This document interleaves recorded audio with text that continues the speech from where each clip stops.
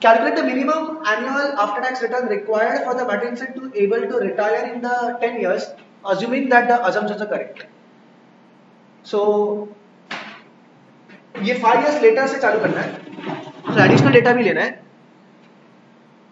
So 5 years later, they purchased their second home for 1100,000 in combination of cash and business credit. Following the purchase, the joint investment balance, मतलब ये purchase के बाद वाला पैसा है 700,000.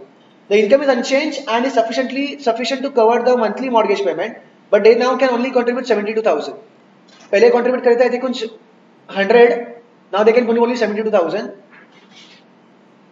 Now they plan to work for 10 years and until they retire they will be at which point they will move to another home.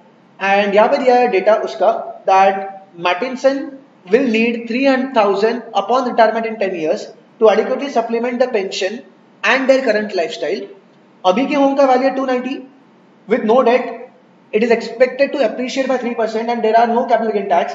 और यहाँ पे उन्होंने mention किया था that after 10 years they will sell the home and invest the proceeds and the sale proceeds to their investment account to help fund their retirement needs and move into second home.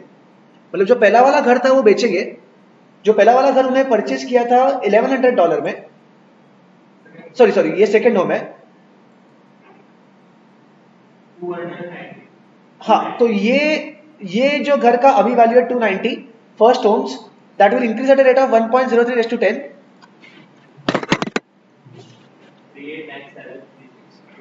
290 into 1.03 raised to 10. Round it off. This way. 389,000 would be the value. So that what they are going to get it. And they need some support from the portfolio because the total thing that you want is 3,000. So the total balance requirement is 3,000 minus 389. This is the FV that what they need. After 10 years, so N would be 10 years. Yeah, so this will be N would be 10 into 12, 120. PMT, I think they're saving 72. And PV, जो अभी उनके पास है I think 700. No. अच्छा, contribute 70,000 each year. Each year, but in monthly it's not equal monthly. This is the after available. So why monthly? So they are saying each year.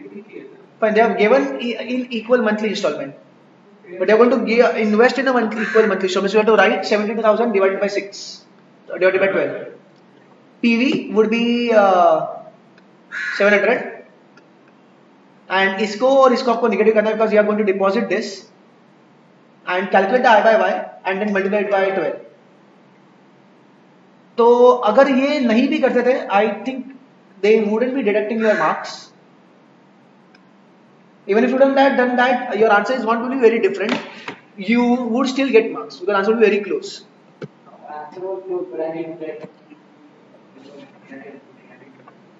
No, I didn't get you. I didn't do that. This 120.